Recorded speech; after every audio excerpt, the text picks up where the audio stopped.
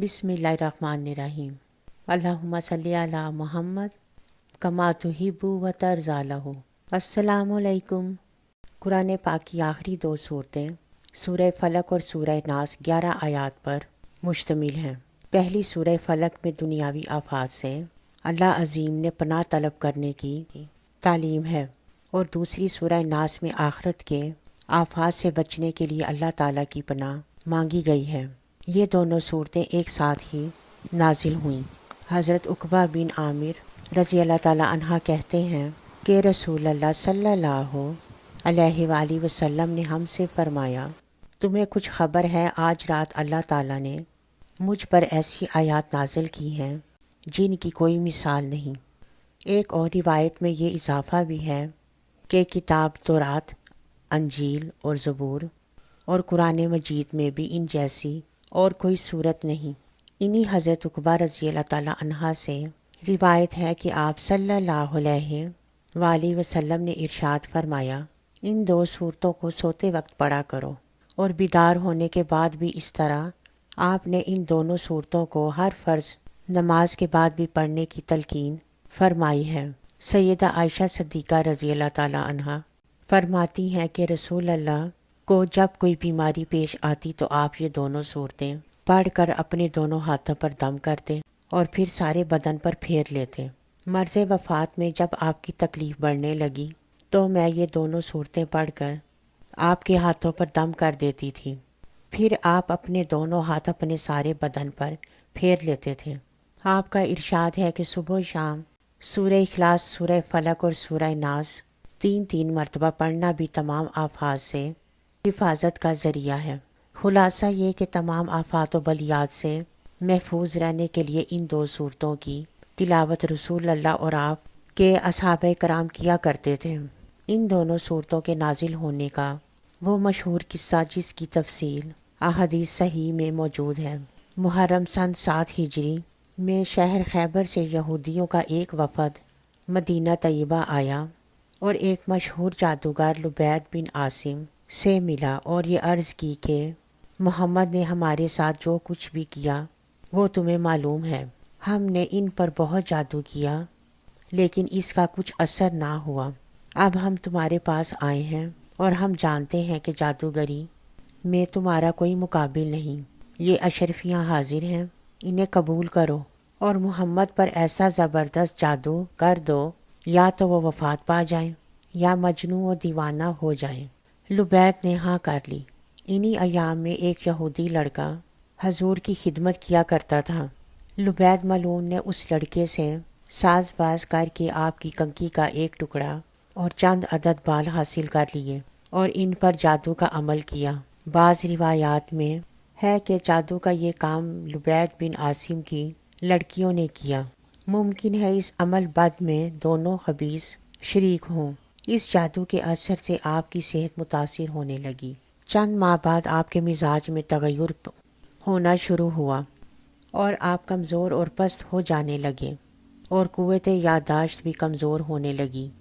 اپنی نظر پر بھی شبہ ہوتا تھا کہ کسی چیز کو دیکھا ہے مگر دیکھا نہیں ہوتا تھا۔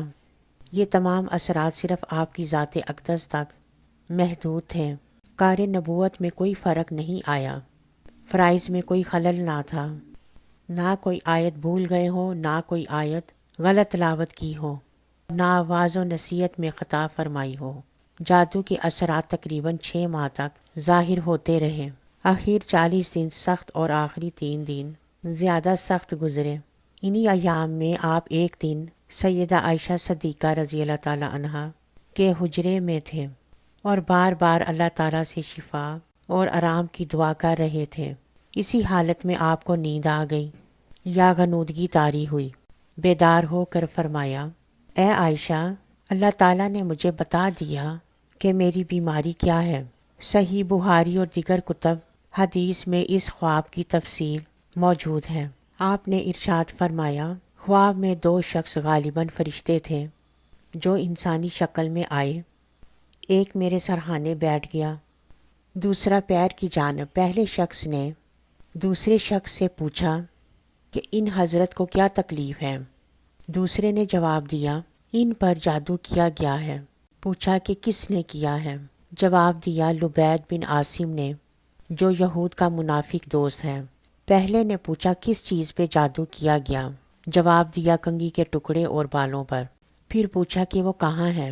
جواب دیا کھجور کے خوشے کے غلاف میں ہے، جو قبیلہ بنی زرلہ کے زروان نامی کنویں میں ایک پتھر کے نیچے دبا دیا گیا ہے۔ پہلے نے پوچھا اس کے لیے کیا کیا جائے؟ جواب دیا کہ کنویں کا پانی خالی کر دیا جائے اور وہ شے باہر نکال لی جائے اور اس کی گرہیں کھول دی جائیں، ان کو آرام ہو جائے گا۔ یہ کہہ کر دونوں فرشتے چلے گئے۔ نیند سے بیدار ہونے کے بعد نبی کریم نے اپنے 3 اصحاب سیدنا علی رضی اللہ تعالی عنہ، سیدنا عمار بن یاسر رضی اللہ تعالی عنہ، سیدنا زبیر رضی اللہ تعالی عنہ بن عوام کو اس مقام پر روانہ کیا اور بعد میں آپ خود بھی تشریف لے گئے۔ کنویں کا پانی سونت دیا گیا۔ پتھر کے نیچے وہ غلاف برآمد ہوا۔ اس میں کنگھی اور بالوں کے ساتھ ایک دھاگا بھی تھا، جس میں 11 گرہیں پڑی ہوئی تھیں اور سوئیاں چبوئی ہوئی تھیں۔ اس موقع پر حضرت جبرائیل امین تشریف لائے اور فرمایا کہ آپ معزوتین پڑھیں۔ چنانچہ آپ ایک ایک آیت تلاوت کرتے اور اس کے ساتھ ایک ایک گرہ کھولتے جاتے، اس دھاگے سے ایک ایک سوئی بھی نکالتے جاتے۔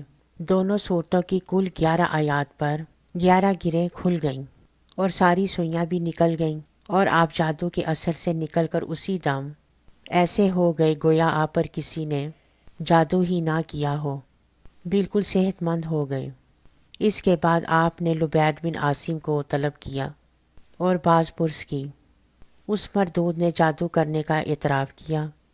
آپ سے سیدنا عائشہ صدیقہ نے عرض کیا یا رسول اللہ، لوگوں کے سامنے آپ نے اس کو کیوں نہ بکھیر دیا کہ اس کو دیکھ لیں؟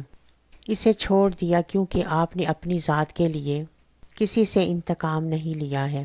آپ نے ارشاد فرمایا اے عائشہ، اللہ تعالیٰ نے مجھے شفا دے دی ہے اور مجھے پسند نہیں کہ میں کسی تکلیف کا سبب بنوں۔ ویڈیو پسند آنے پر ہمارے چینل کو سبسکرائب کریں اور ثواب کی نیت سے اپنی فیملی اور فرینڈز کے ساتھ ضرور شیئر کریں۔ ملتے ہیں ایک اگلی ویڈیو میں، تب تک کے لیے اللہ حافظ۔